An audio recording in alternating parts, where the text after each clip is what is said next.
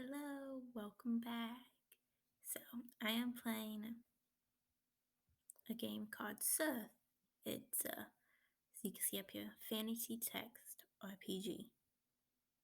So, let's get this started. So, your adventures are about to begin. You're the lone passenger on a coach bound for Hawklore, a small settlement tucked into the Hot Hills region of southwest Tysa.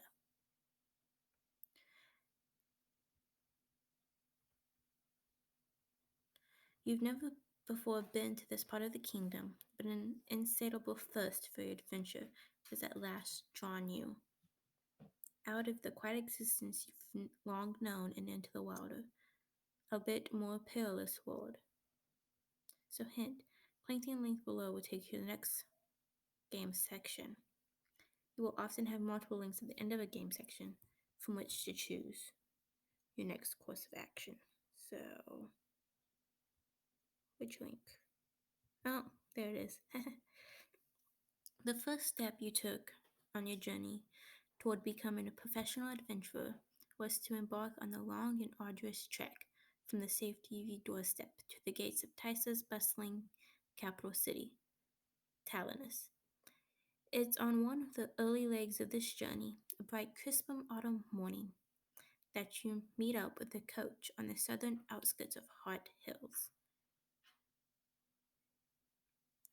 When you learn that the coachman and his sturdy wagon are ultimately destined for the nearby village of Hawklore, your mind is made up. Weary from your recent travels,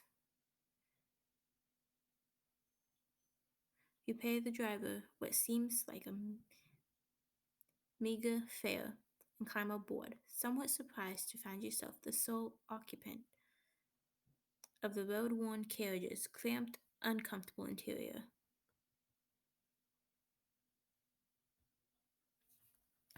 Only,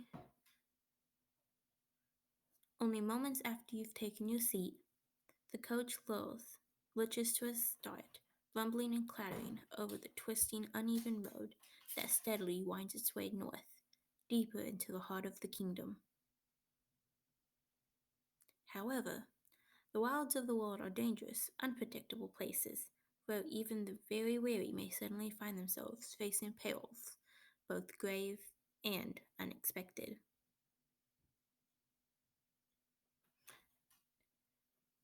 An overcast afternoon in early autumn at the edge of a seldom used forest road, a few miles south of the village of Hawklore. Your eyes creep open as a painful gasp escapes through the thin slit separating your cracked, swollen lips. The intense throbbing ache on the right side of your head forces your eyes closed as you struggle to remember and begin making sense of your current circumstance. Discomfort momentarily ebbs, and once more your eyelids slowly part. With your sight rapidly clearing, quietly begin to gather your bearings. You quickly discover, much to your dismay, that you're seated on the ground at the base of a tree, your battered torso bound to the trunk of the rough-skinned forest giant by a thick, unyielding length of rope. From what you can tell, given the restrictive awkwardness of your position,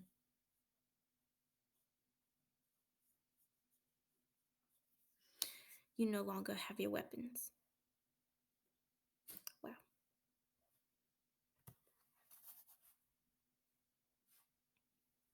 You have a little recollection of the attack on the coach, save for your confrontation with the apparent leaders of the bandits, an ill-conceived scuffle that ended with the cudgel-wielding brigand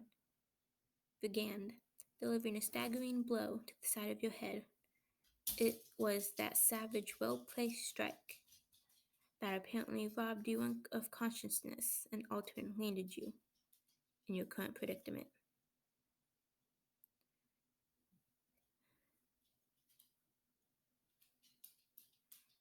Taking care not to distract attention to yourself, you test the rope that encircles your torso, only to discover that the thick, unforgiving binding offers you little hope of slipping free.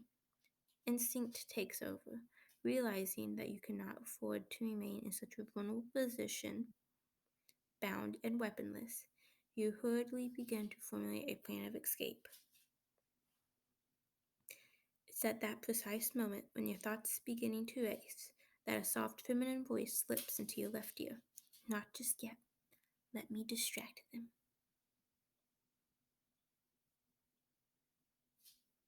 Startled by the voice, you turn in the direction of the sound only to find that no one is there. Be still! This time the whisper, noticeably harsher, slips into your right ear. You won't see me, and neither will they. Don't call attention to yourself.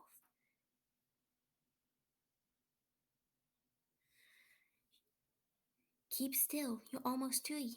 I'll draw them off. You're about to whisper a reply in an attempt to discover the identity of your unseen would-be rescuer when you suddenly feel the ropes binding you to the tree loosen against your chest. There, you're free, whispers the voice.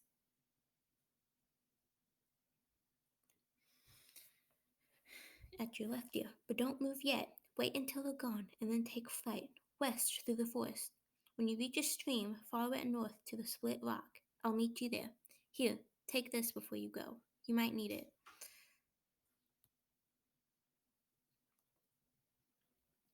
Something lands softly on the ground to your right. Turning only your head, you glance down at the dagger that's just been deposited next to your leg. Without a second thought, you furtively take possession of the weapon.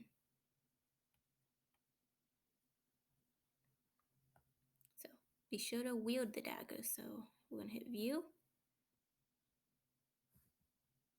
and use. Aha!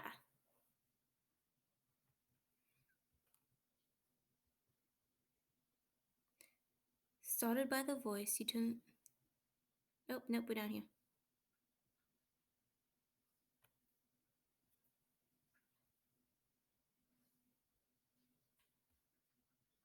Heeding the whispered directive, you remain still, your eyes fixed on the three men standing less than a dozen yards away.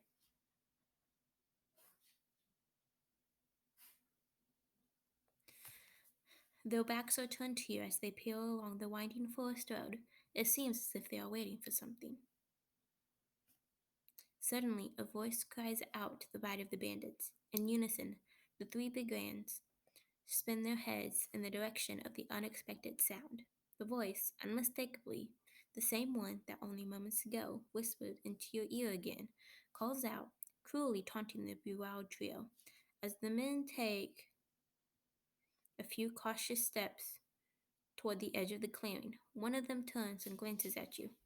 Apparently satisfied with what he sees, he promptly turns away and continues after his two cohorts.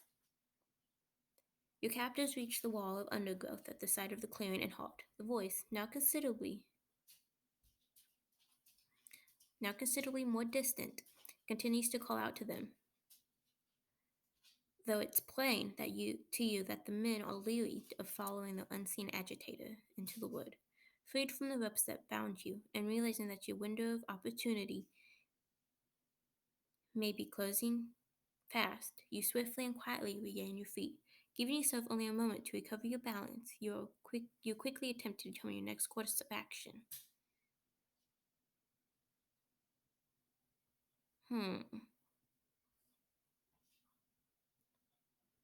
I'm going to attempt to flee, trusting what you are told by a whispering voice, and with no desire to linger here in the presence of your captors, you attempt to sneak off to the west. So you will now need to pick a random number to see if you are successful. Ooh, it's one of those.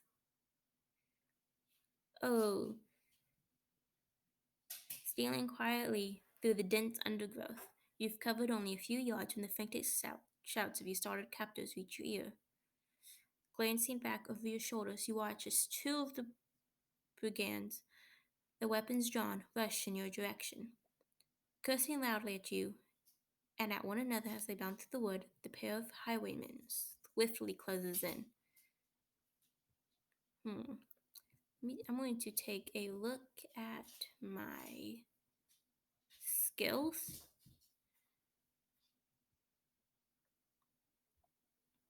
Weaponry. So the novice,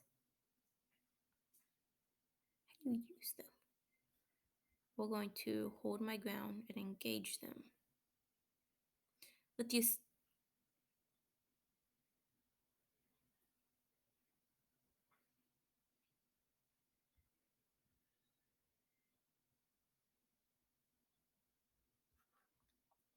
steely gaze fixed on the two bandits as they cautiously close in, you defiantly draw yourself into a combat-ready stance as you prepare to do battle with the unsavory trio. So my stats: agility, might be able to do this. Begin combat.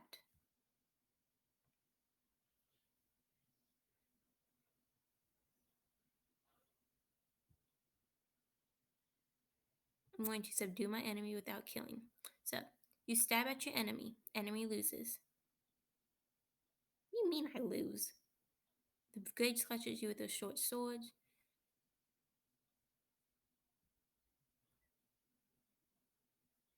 65.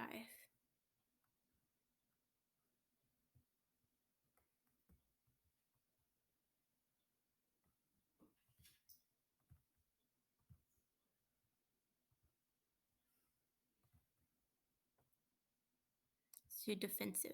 Round 2. Enemy loses 6.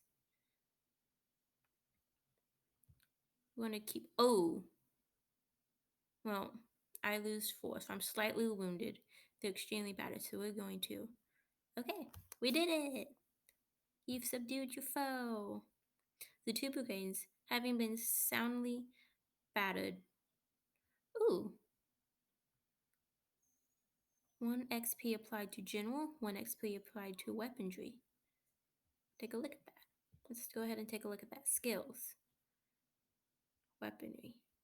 You have 1 specific and 129 general XP.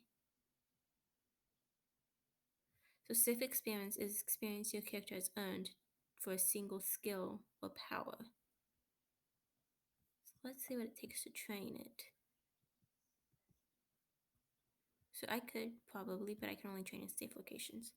So the two brigands have been soundly battered into submission, lie moaning on the forest floor. You're about to make an attempt at interrogating the beaten pair when you're startled by the sound of approaching voices from somewhere to the east. Before you quite know what's happening, one of the men at your feet cries out, pleading for help from whoever it is that's drawing near. With no desire to become entangled with any more of the highwaymen, you promptly abandon the hope of learning anything from your two defeated foes and take flight to the west, bounding through the thick bush as fast as your legs will allow. Once you've gone a considerable distance from the scene of the attack, you briefly pause to listen for any sound that might indicate that your enemies are still in pursuit. Satisfied by the reassuring silence of your surroundings, you promptly resume your flight, heading swiftly west, deeper into the woods. You head north and west through the wood, skirting around dense thickets of laurel and wide patches of bracken, all the while searching for the stream mentioned to you by the whispering voice of your unknown collaborator. As you reach the north side of a jagged hillock, your eyes are drawn to the west, where a thin, shimmering, moss-lined band winds its way through the trees. You found the stream. After pausing to briefly survey your surroundings, you move up to the edge of the stream and begin following it north, your eyes peeled for any sign of something that might resemble a split rock. You've covered nearly 3,000 yards when a welcome sight looms out of the forest ahead.